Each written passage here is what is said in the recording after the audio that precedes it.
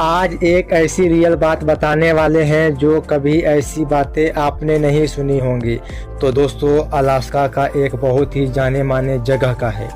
Alaska का एक घने जंगल में बहुत पुराना बस था जो कि कभी पूरा गाड़ी भरकर लोग पिकनिक के लिए गए थे, मगर वह 42 लोग कहाँ गए आज तक किसी को मालूम नहीं चल पाया। अगर कुछ मिला तो वहाँ एक बस गाड़ी मिला जो कि सभी लोगों को इसी बस में लेके आया गया था। बाकी उतने लोग कहाँ गए आज तक ये मालूम नहीं चल पाया, केवल मिला तो यही बस मिला है और उसी समय से ये गाड़ी वहीं रह गई। तो दोस्तों, इसी बस से जुड़ी एक रियल कहानी यह भी है कि कुछ साल पहले यहाँ एक आदमी आया था।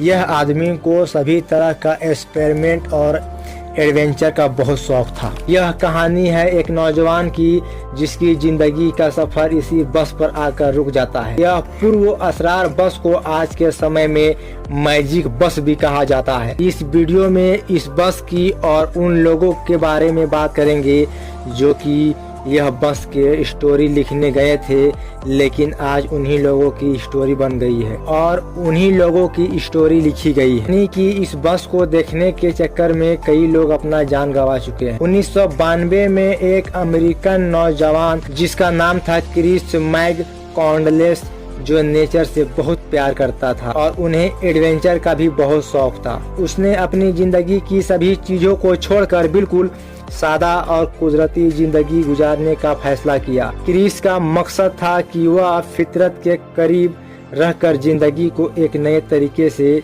गुजारेंगे। 26 साल के उम्र में ये लड़का सभी चीजों को छोड़कर वह अपनी इस सफर में निकल गया। इसने कई जगह पर एक्सपेरिमेंट किया और कई लोगों को अपना दोस्त बनाया, लेकिन उसका मकसद था कि वह अलास्का के जंगलों में अपनी जिंदगी कुछ दिन गुजारेंगे। वह अलास्का के जंगलात में पहुंचता है। वह उस जगह में एक पुरानी बस को देखा जिसे आज हम मैजिक बस के नाम से जानते हैं। क्रिस ने इस बस को अपने रहने के लिए घर जैसा बना दिया था और इसी बस में रहने लगा। ये बस उसके लिए घर जैसा बन गया था। दरअसल 1940 के दौरान जब सड़क बनने के काम हो रहा था तो उस समय भी यह बस मजदूरों को रहने के लिए इस्तेमाल किया जा रहा था और फिर इस बस को वहीं पर छोड़ के सभी लोग चले गए। क्रिस बहुत अच्छी तरह से अलास्का के जंगलों में अपनी जिंदगी गुजार रहा था। वह वहां पर फल और जड़ी बूटियां खाता था और अपने जिंदगी का मजे लेता था। लेकिन अलास्का के जंगल में कुछ दिन रहने के बाद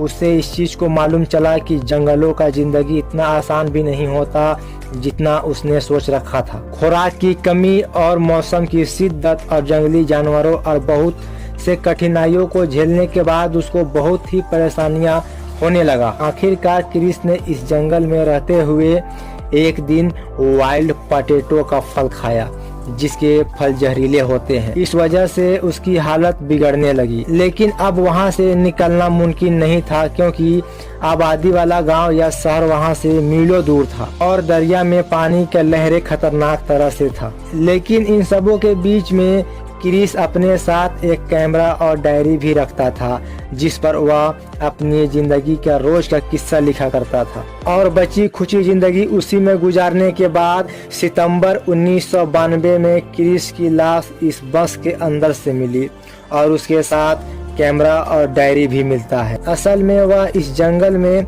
अकेला था और उसके मौत भूख और उस जहरीले फल के वजह से हुआ था जो उसने खाया था। क्रिस की कहानी बाद में एक किताब के रूप में पूरा दुनिया भर में फैल गया जिसका नाम था इंटू द वाइल्ड। इस कहानी ने लोगों के दिलों को छू लिया था और उसके बाद इस बस की चर्चा एक बार इस दुनिया में फिर से उभर कर आई और उसके साथ फिर कई लोग एडवेंचर के लिए अलास्का के जंगल में जाने का ख्वाब देखने लगे। लेकिन ये बस किसी आम जगह पर नहीं था जो कि सभी लोग वहां आसानी से पहुंच सके।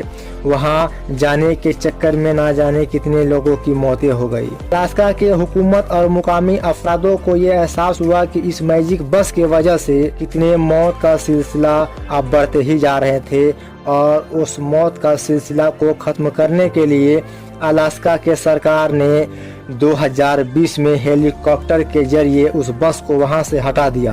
ताकि बाकी और लोग इस बस के चक्कर में अपनी जान न गंवाए। ये बस अब एक सेफ जगह में रखी गई और अलास्का के अजायब घर में नुमाइश के लिए रखी गई है ताकि लोगों को इसकी हकीकी कहानी बताई जा सके।